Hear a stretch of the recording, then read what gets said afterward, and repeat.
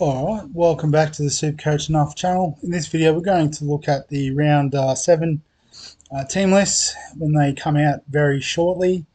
But I guess before the team lists come out, we do like to use this opportunity to review the Sportsdeck Dream Team back this week after missing team list last week. But this week 959, which sounds pretty good, but was only top 14% for the round. Did see me slide back 12 spots overall. So we'll have a look at the team, how it went, the league, and we'll go from there. So this week we had Mamazelis with a 41, Corey Pakes on the bench with a 33. So I did pick right there. But Mamazelis, if we just quickly flick to the break-evens, is getting very close to his peak in Dream Team format at least. Captain Payne Haas this week, solid 73. You'll take that every day of the week. 79 for Terrell May, just amazing. 56 for Barnett, so perhaps going to get a bit more responsibility with the Fish out with a pec injury moving forward. The second row, so McInnes with 47 is probably his base. Horsburgh with 54 was quite good. Nafahu White with 31 was a bit underwhelming, but you know, he does offer the good bye coverage, and with Lindsay Collins out as well, he could get a few more minutes in the middle. But Nicholson continues to smash it with a 66. Hubner with a 32 was solid, and then Dylan Egan amazing with a 75. So we did fade Cant in this format, and you know, Egan definitely repaid the faith. In the halves, so Cleary is our vice captain, just a 50, so that was fine. Jaden Campbell, 64, so fantastic from him. Nico Hines with just a 40. We could have played Metcalf and got a few more points, but it is what it is. Against the Storm, I think 48 was really good. Jackson Purdue, so this is the one format we stuck fat with him in, and he has repaid us in spades. Actually playing him this week, getting us an 83. Unfortunately, Tamale just a 19 in the shellacking of the Eels. I think it was just the ball didn't get out to the wing because the second rowers were just killing it. Shibasaki with a 34. I think the break even this week of 50, he's done the job for us. Toya with a 33 continues to be solid. Ruben Garrick at 59 was nice. Iongi was a bit flat with a 12. Tom Jenkins with 32 and a beaten side's okay. Unfortunately, we didn't get Stafford Toa 64. That would have been lovely. And Kalen Ponga with the 26. Again, a bit disappointing from him. And Isaiah Yeo in the flex with a 66-point return is fantastic. So, in terms of the head-to-head this week, I got up over Shano with an 880 for the Dragons Lair. If it'll load. So he's got Herbie Farnworth at 57, which is a nice play in the centre. Elsewhere, Paps with a 64, so very good wing fullback option, but Captain Haas as well.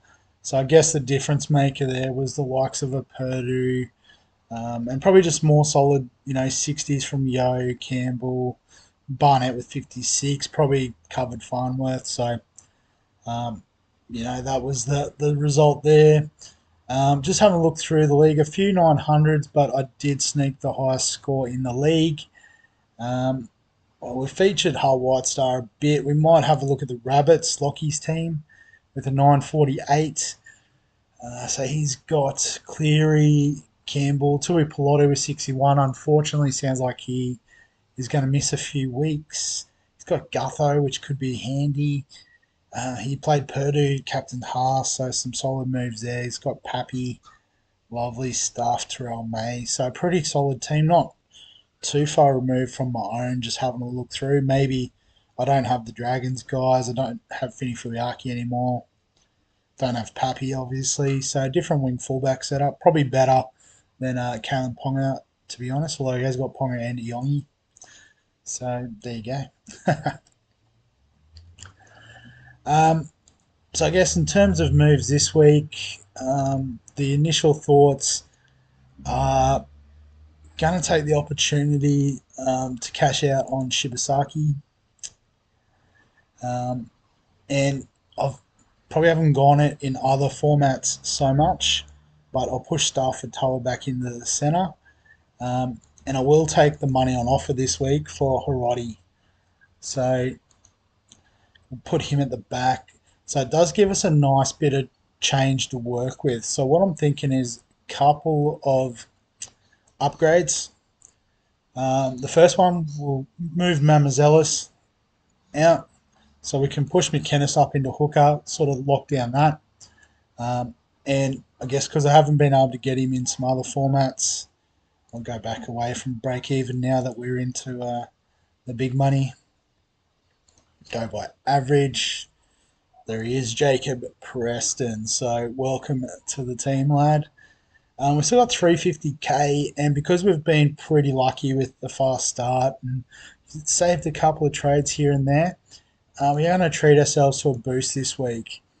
And we are going to go a little bit off centre because that's what this format is a bit about. We're going to get rid of Yongi, so I don't think his break even's that bad, to be honest. I should have flashed up the break evens. I'll bring them back in a minute.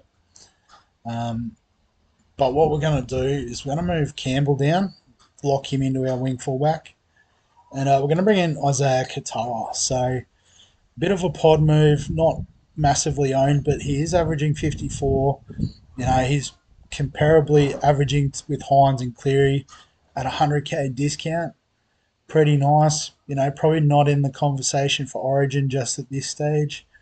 But yeah, he's looking really good, that dominant half there at the Dolphins, who are starting to find a bit of form. So, like I said, a bit of a pod move. Don't know if it is going to work for us, but we're going to run it and see.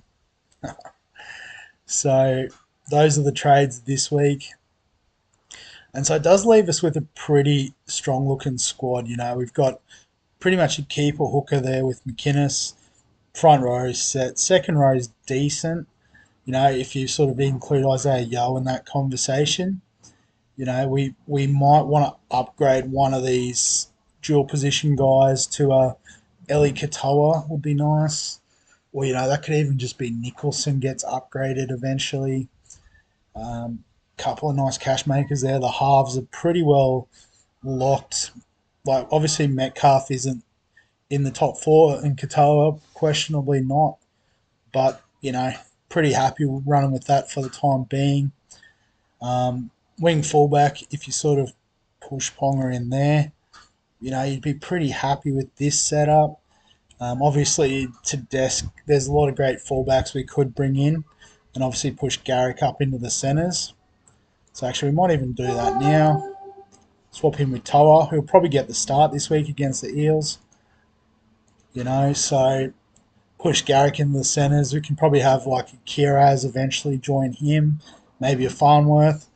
So, you know, we're not too far away from a full team, and it's only round 7 in this format. Obviously, Origin's going to hit this team fairly hard, you'd imagine, but we'll work that out when we get there.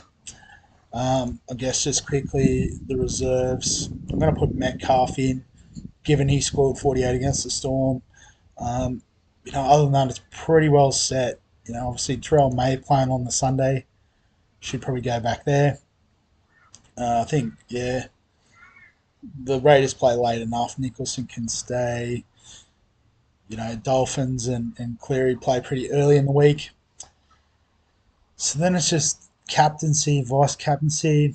Again, don't really have a lot of strong shouts early doors, so might have to go with Katoa as the vice captain. Into Saturday Arvo, just Payne Haas, solid captaincy option. Potentially Terrell May against Para. But yeah, I think I'll just leave it with Haas. But it is past 4 o'clock now, so I should be able to access the teams. So good signs. My boy Matty Burton is back. Hughes named, I just saw in the highlights as well, which is mint for my Supercage team. Obviously, not banking on it, but it would be nice if he does end up playing. So Seagulls, Dragons first up, and I guess given I didn't do this last week, I don't really remember who's in the teams. Tommy Talau perhaps in for the Eagles. I guess Falalalo's been playing there, so Talau in is a good in for the Eagles. Olaquatu, I think he had a bit of a shoulder complaint, so he's named, which is nice. But again, keep an eye on late team changes. And for the Dragons, so Matt Fionney comes in, so I think a lot of people were hoping that Sione Finau would get the start there on the wing. Hasn't panned out, so potential cheapie not there for us. He is an 18th man, which is promising. And then up front, Egan named on the bench. I know he started last week, so I don't know if there'll be a similar late change there as the breeze picks up. Apologies if the microphone doesn't lift. So the classic Good Friday matchup, Bulldogs, Rabbitohs. So Matt Burton named, but no kick out. Is he in the extended? So he's in the 23. So Birdo must be clear and ready to go. Kick out might have to do a bit of a test in the next couple of days. So one to watch out for there.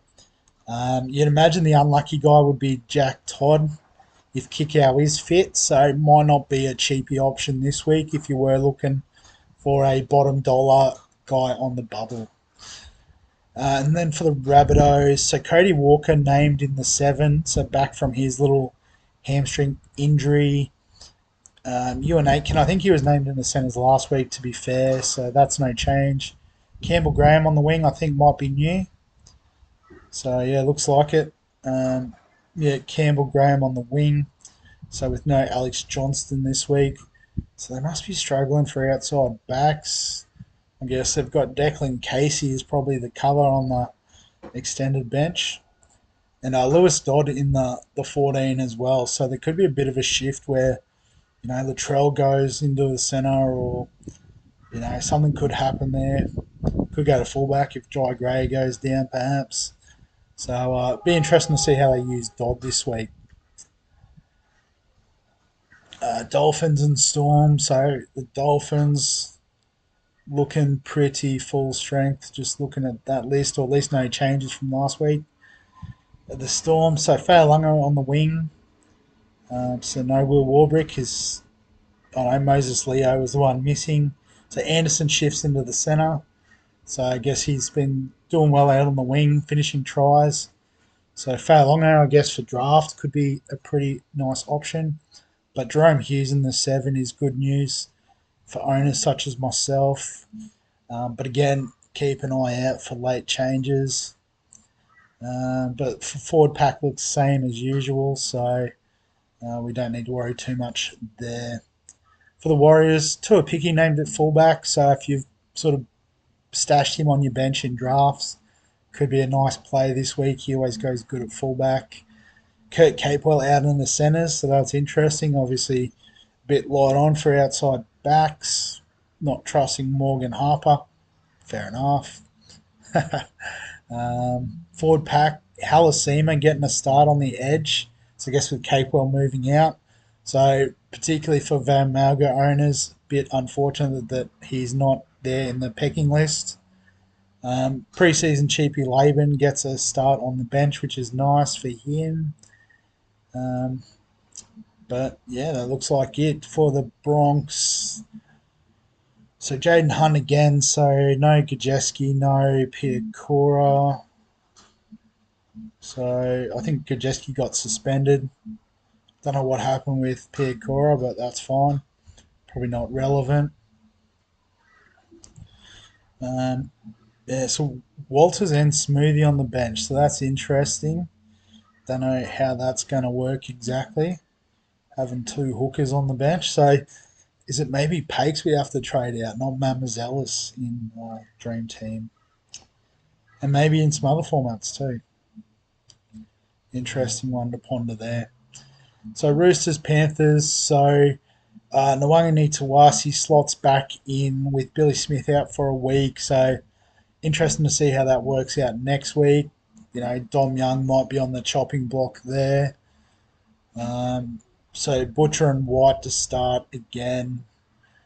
Um, so who's the in? Is it just Victor Radley? So he missed out last week, so he just slots in for 13 with Lindsay Collins not getting or out injured, I should say.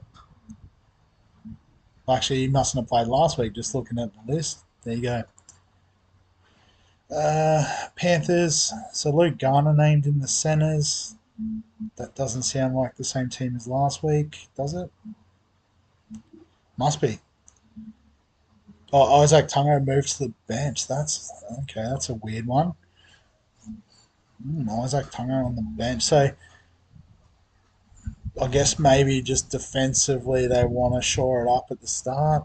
I don't know. That's a big call. Maybe a little razz up for Tungo. But other than that, I think yeah, there wasn't any outs, so business as usual. Jack Cole named in the reserve, so they're going with Talangi again. So yeah, I think like if you're like me, had him in fantasy, you can definitely give him the chop. Our boy Hugo Savala named again, so good stuff there. Titans Raiders on Sunday. So for the Titans, so it looks like Bo Fermel back in the second row if he wasn't already last week, which is nice. Dave Fafita starting, so on the back of his big score, could be one to target this week for trades. And then for the Raiders, nothing too out of the ordinary there. Zach Hosking on the bench, so Hosking back from injury and on the bench. So it'd be interesting to see how they use him. He could play in the middle as like a lock, but yeah, could move Nicholson into the lock. Be interesting to see. Knights and Sharks. So for the Knights, anyone back? Gamble back this week, which is nice. They push Crossland back into the 9. Schiller back as well. So the backline pretty full strength. Maybe not Cogger at 7 would be the only upgrade there. Still no sign of Dylan Lucas, so nice for us Kent owners. Um, so yeah, don't know if there's too much to report on there. For the Sharks, looks all the same. Nothing jumps out at me anyway. Yeah, no changes identified there. Tigers and Eels. So the Tigers. So Brent Naden back in the centres. Um, Laula'i filling in for Skelton on the wing, who's injured. I guess the big news that was talked about is no Lockie Galvin, so not even in the 22. So Adam Dewey named in the 7. So I guess maybe wanting him to do a bit more of the general running of the team and give Liwai a little bit more freedom. So an interesting move there from Benji. So do like it for fantasy super coach purposes. Forwards look the same. So yeah, just the backline news. And for Para, the other big news that cropped up earlier today, Mitchell Moses back in the 7. So I know I've chopped a Yongi in a couple of the formats. Maybe that we need to hold on and have a look how he goes with Moses in the team. Um, Outside of that, Kelma Tuolangi named on the edge. Pretty sure he hasn't been starting. In saying that, I can't tell you who has been from memory. Although Jack Williams back in, I think is good as well. That's another in. So they're missing Guymer, Kia, Offhangare, Lane. It's probably Sean Lane just on the edge, but he's gone. Don't know what's happened there. Um, yeah, don't know. So a few changes there, but I guess yeah, the big one, Mitchell Moses back, and how that affects Yongi. So actually quite a big week for team lists. Obviously, Lockie Galvin out's a big one. Moses in, I think, is a big one. Just scrolling back through some of the others. So Isaac Tungo on the bench is interesting. Um, maybe Tuapiki in drafts is one to keep an eye on. Jerome Hughes is a big watch, as well as who was the other injured guy? Viliami Kikau, big late watch. Um, yeah, so some good stuff out of the team list this week. Definitely gives us a bit of think about going into the round previews on Thursday, as per usual. So we'll wrap this video up there. As always, if you've got any questions, comments, thoughts, feel free to add them below this video. Give us a like if you enjoy the team lists or the Dream Team content. Subscribe for all the fantasy content we've got on the channel. And other than that, we'll catch you in the next one.